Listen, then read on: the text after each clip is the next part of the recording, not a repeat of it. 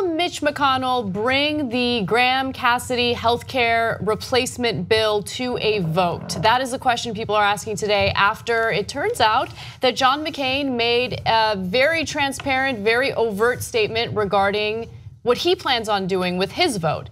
He will not vote in favor of the Graham Cassidy replacement plan. Let me give you some more details on that. He said, and this is a statement by John McCain, "I cannot in good conscience vote for the Graham Cassidy proposal. I believe we could do better working together, Republicans and Democrats, and have not yet really tried. Nor could I support it without knowing how much it will cost, how it will affect insurance premiums, and how many people will be helped or hurt by it without a full Congressional Budget Office score, which won't be available by the end of the month. We won't have reliable answers to any of those questions." So, John McCain is firm in his decision, and keep in mind that the reason why Senate Republicans are rushing to vote on this legislation is because after September 30th, they will need more than a simple majority in order to pass. And so, McCain's decision means the bill doesn't appear to have the votes to pass because Senator Rand Paul has said that he's opposed to it, and also Senator Susan Collins from Maine has said she's leaning against it as well. So it doesn't look like they're gonna have the votes necessary. Okay, so first of all, Rand Paul is against the bill because it's not conservative enough. He'd like to kick more people off of healthcare, just to be absolutely clear. And McCain couldn't be clearer that he's not going to vote for it. So if you knock out 3 Republicans, they definitely don't have the votes. So it looks like it's over, but Ben, is it really over? Yeah, so it's funny because you have Rand Paul has been a solid no throughout because he thinks it retains too much of Obamacare, essentially what you said, Cenk.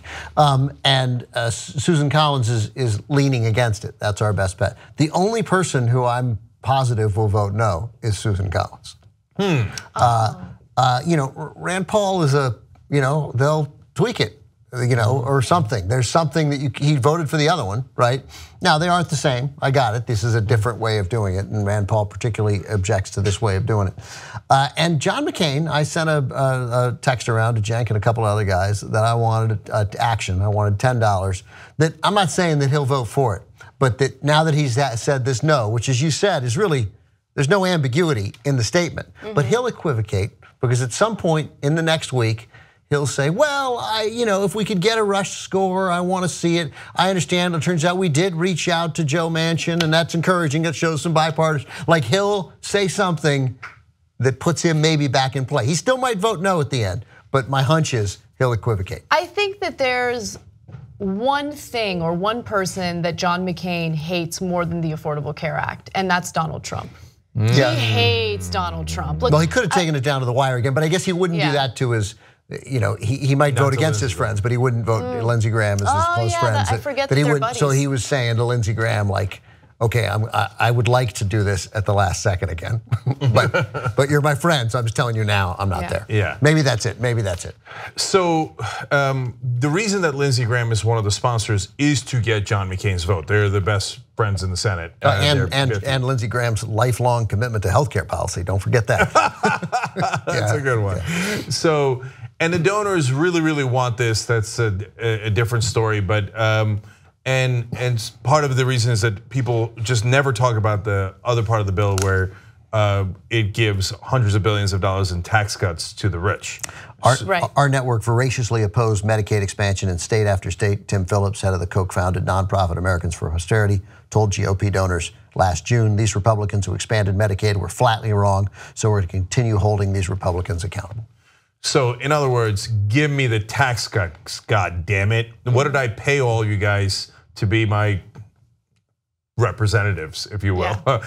And so, but that leads to, the reason I'm bringing that up is it leads to my part of my theory about John McCain, which is connected to my overall theory about US politics, which is that he's definitely not going to run again. Yeah. And now he's untethered from the donors. I love it. And the minute you're untethered from the donors, all of a sudden, you could vote your conviction, you could vote the right way. And I think that's partly what's happening here. What I don't understand, and this gets to what would ultimately be our long theoretical conversation about the influence of money in politics, not the insidious role. We 100% agree there, but the direct influence of doing the donors bidding. You know, didn't Bernie Sanders' campaign, Barack Obama's campaign teach these guys, like, you don't need money from everybody. You can raise money elsewhere, right? Like, no, it definitely did not. It didn't teach them, but I mean, I don't think I'm wrong, and maybe Bill Cassidy can't raise money that way because, you know, he looks like a clown who just has yet to put the makeup on. Well, so that's that's an excellent description of Bill Cassidy, and I'm sure Jimmy Kimmel would agree. Well, look, there's two different dynamics at play here. One is Bernie Sanders ran for president, and so that you get a ton of free media. Bill Cassidy and others that are running in race in Louisiana are not going to get free media, so they need the donor money. They think they need the donor money to win. The second part, and that's somewhat true. The second part of that is that they can't go get small donors because they don't do anything for small donors. So Bernie Sanders could replace large donors with small donors because he was actually serving the voters. Cassidy has never done that in his career. None of these Republicans have ever done that in their career. So they couldn't possibly raise the kind of small donor money they need. Now, did anyone learn a lesson from Bernie Sanders' campaign? Yeah, I did. So that's why we started Justice Democrats, who is relying only on small donors. Help us build independent media. Become a member of the Young Turks. TYTnetwork.com/join.